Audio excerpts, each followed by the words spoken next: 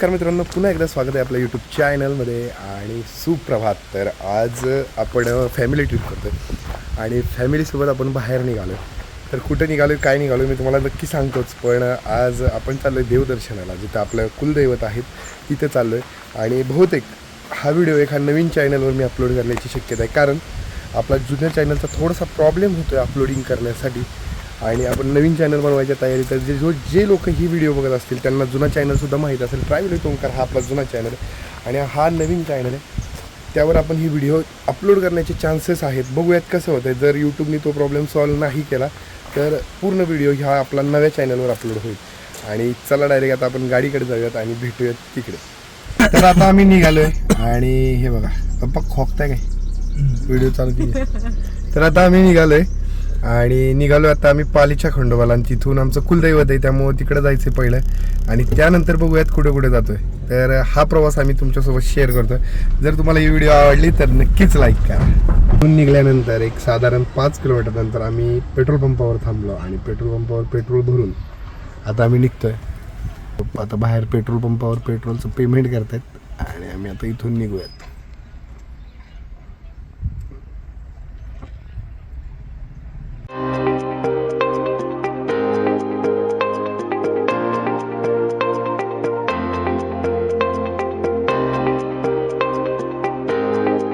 Wai cross करून थांबलोय, थोडंसं strawberry घेण्यासाठी थांबलोय. बघूयात आता स्ट्रॉबेरी घेतो आणि लगेच आम्ही पुढचा प्रवास कंटिन्यू करतो.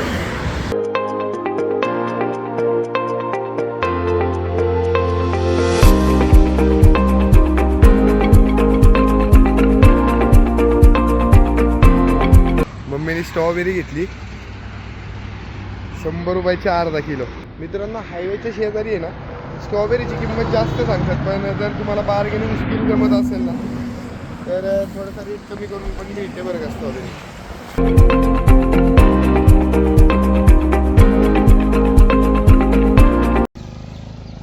मित्रांनो, घरच्यांना सगळ्यांना मी पार्किंगमधून सोडलं आहे आणि मी गाडी पार्क करून चाललो आहे. भरपूर गर्दी आहे, भरपूर म्हणजे भरपूर गर्दी आहे.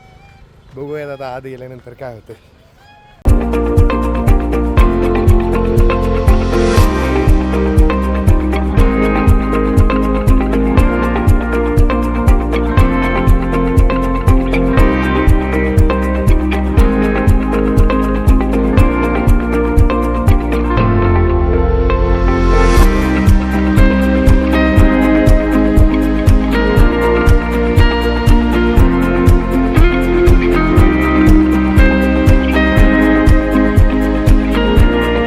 रामकृष्ण हरी मंडळी, आम्ही थांबलोय आता वाघ्यामुरळीची वाट बघतोय.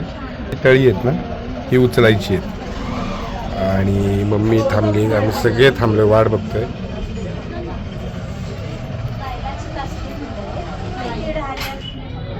मम्मी काय असते तळी का उचलतात ग? महिनाभर उचलायची असते भरीत भाकरीची.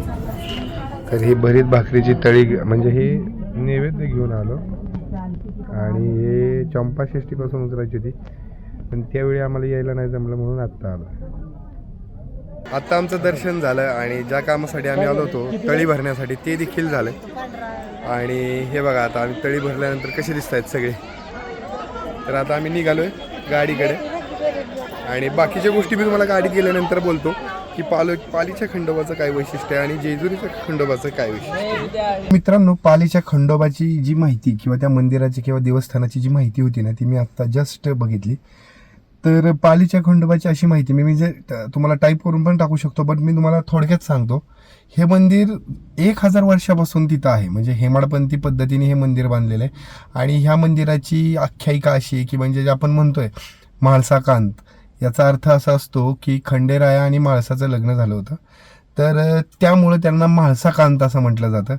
तर जेजुरी हे एक वेगळं देवस्थान येते आणि पालीचा खंडोबा हे एक वेगळं देवस्थान आहे. दोन्ही मंदिर खंडोबाचेच आहेत, पण म्हाळसाकांत म्हणजेच हे जे रूप आहे हे शंकराचंच रूप आहे. ज्यावेळेस शंकराने पार्वतीच्या शरीरात प्रवेश करून एक नारी अवतार घेतला होता, त्यावेळेस हा नारी अवतार अतिशय सुंदर होता आणि हा अवतार एका पालीमध्ये एका वाण्याच्या घरी जन्म घेतला ह्या अवताराने.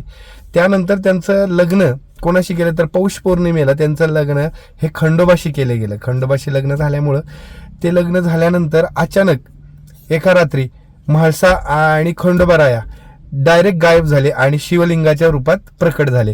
त्यानंतर मग ही आख्यायिका वाढत गेली आणि बऱ्याचशा गोष्टी तुम्हाला बघायला मिळतील. ही आख्यायिका तुम्हाला बघायची असेल तर तुम्ही गुगलवर पण सर्च करू शकता आणि जास्तीत जास्त माहिती मिळू शकता. ही मी छोटीशी आणि एकदम थोडक्यात तुम्हाला माहिती सांगितली. बाकीची माहिती तुम्ही सर्च करून बघू शकता.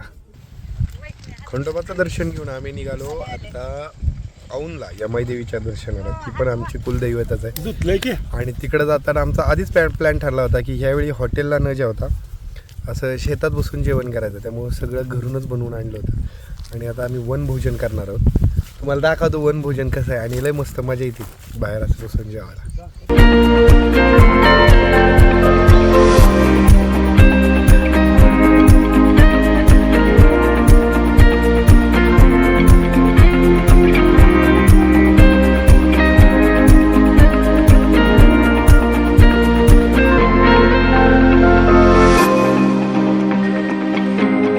माझं जेवण झाल्यानंतर मी जरा विश्रांती करतोय. हे लोक अजून जेवण करतात. आता येऊन पोचलोय आम्ही औंधच्या देवीला आणि पार्किंग एकदम फुल आहे. चाललोय आता आम्ही तिकडे मंदिराकडे. बघूया तिथलं तुम्हाला दाखवतो. बऱ्याचशा गोष्टी मला तुम्हाला सांगायच्या राहिल्यात ते मी टाकेलच व्हॉइस ओव्हरमध्ये आणि बाकीचं दाखवेल तुम्हाला.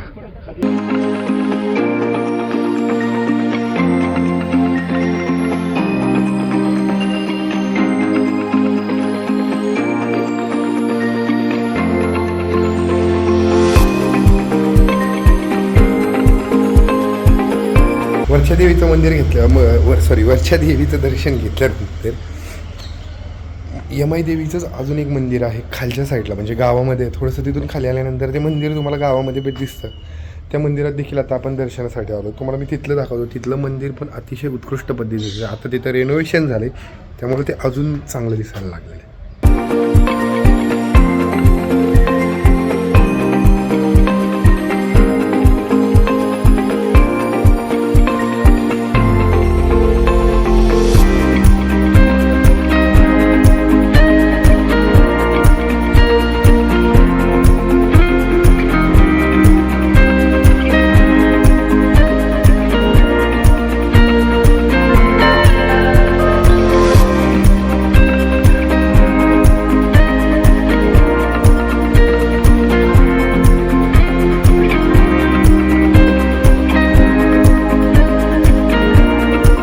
मंदिराचे तिथं आम्ही दर्शन घेतलं. तुम्ही जे सिनेमॅटिक एन्जॉय केलं असतील.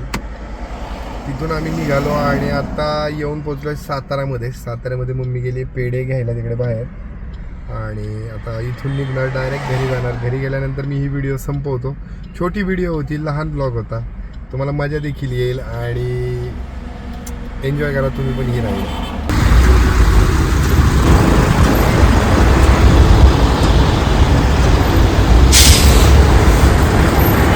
फायनली आत्ता 10:30 वाजलेत आणि आम्ही घरी पोचलो. भरपूर भयानक ट्रॅफिक लागलं होतं.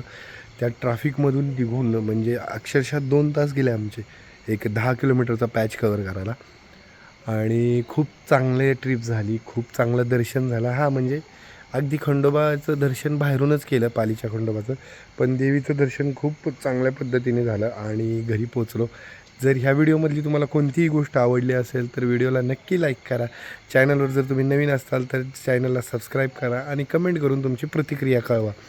तर भेटू पुन्हा एकदा आपण अशाच एका नवीन व्हिडिओमध्ये. तोपर्यंत बघत राहा आपला हा यूट्यूब चॅनल आणि एन्जॉय करत राहा ही व्हिडिओ.